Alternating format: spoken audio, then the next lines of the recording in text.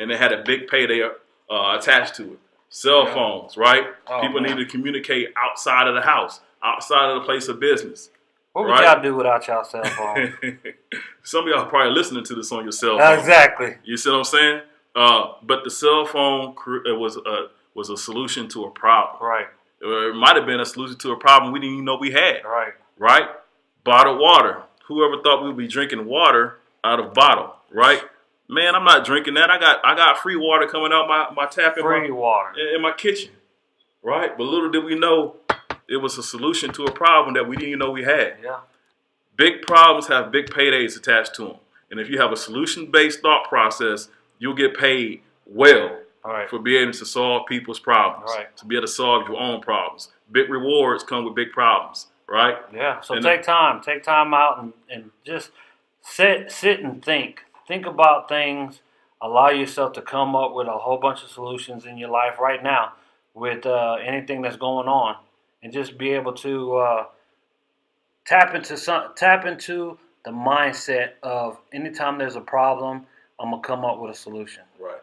Tap into that. Keep telling yourself that I can think my way out of anything. Right. And that will become you. So when problems come, you don't have to worry about it. You're not stressing out because you know, okay, I can think my way out of this. Right. And it'll happen. Right. And if you're a believer, I mean, you got the ultimate source to lean on. Oh, yeah. Right? Yeah. My Bible says, I shall supply all of your need according to my riches in heaven. Yes, sir. So if that need is a solution, whether it's a thought process, you connect it to the ultimate source as a believer. Right. You see what I'm saying? So you should be, you have the ultimate solution provider. Right. Right? You just rest in his knowledge. You have the mind of Christ. So when adversity comes up, a problem come up, a challenge come up, you already got the solution, man, because you're attached to the source. Right. You dig deep in it beforehand. Right.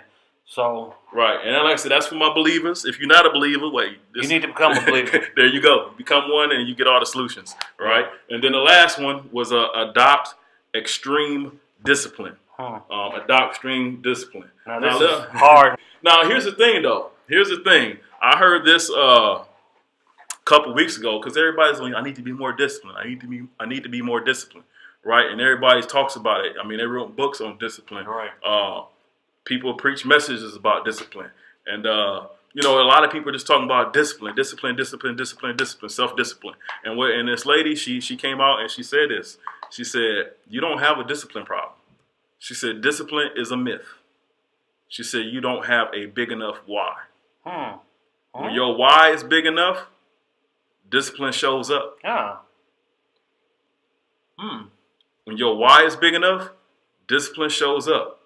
Right? So basically, you're telling me if you want it enough, you're going to do whatever it takes to get it. You're going to do whatever it takes. You ain't even call it discipline. It's just called, I'm doing what needs to happen because this is what I want. I got to have it. Right? Mama need a house. Baby needs some shoes. So this is what I'm going to do. Right. I'm going to hustle hard. Right? Legally. Legal hustles, right? Legal hustles. Because the why is big. Right. So when the why is big enough, discipline just shows up. Discipline is looking for somebody who has a big why. Right. Discipline just wants to attach itself to somebody who has a big vision, who has a big goal, who has a big dream. Discipline is looking for that. Discipline will track you down, hunt you down if the why is big enough. Right. You ain't got to go out looking for more self-discipline. Right. You don't need to look for a coach to keep you disciplined, right?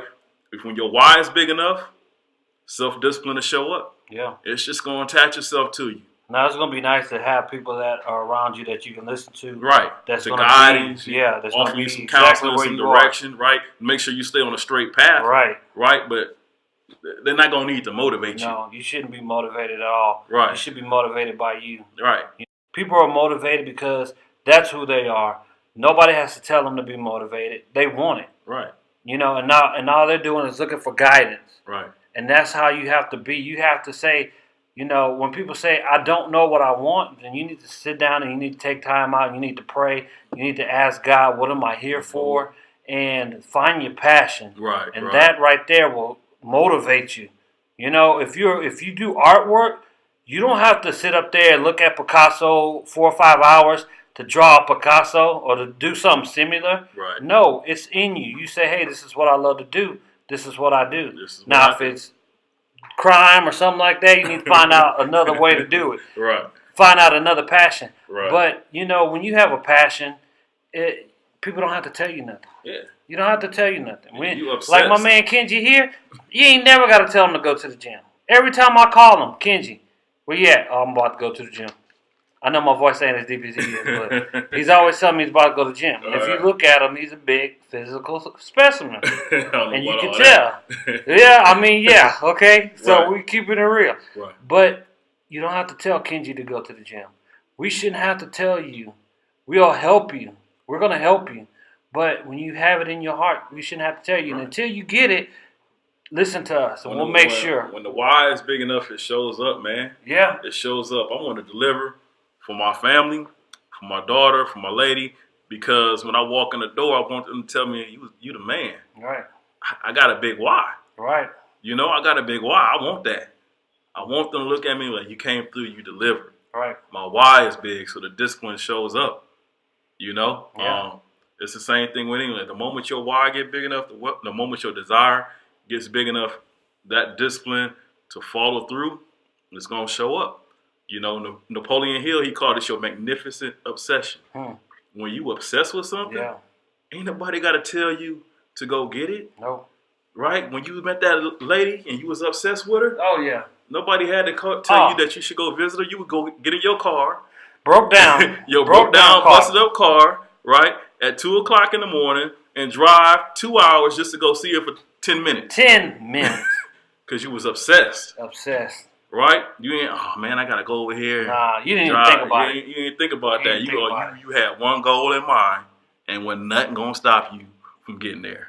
That's it, man. So we went through the list already. Might have been a little long-winded with it, but we packed a whole bunch of value into this episode because we really want you to go out there and win and do it big wherever you at in the process. Yeah. You know what I mean? This is what the locker room is about. It's about game planning for life, right? We just laid out the perfect game plan for you, for your life. So what you going to do with it, right? You're going to tap into the right state, go get the plan of action in place, and go out there and deliver. Go win for you, right? This is the locker room, baby. We're giving you the tools. We're giving you the strategies. We're giving you the plan. Now it's up to you to go put in the work. Let's do this. Locker room.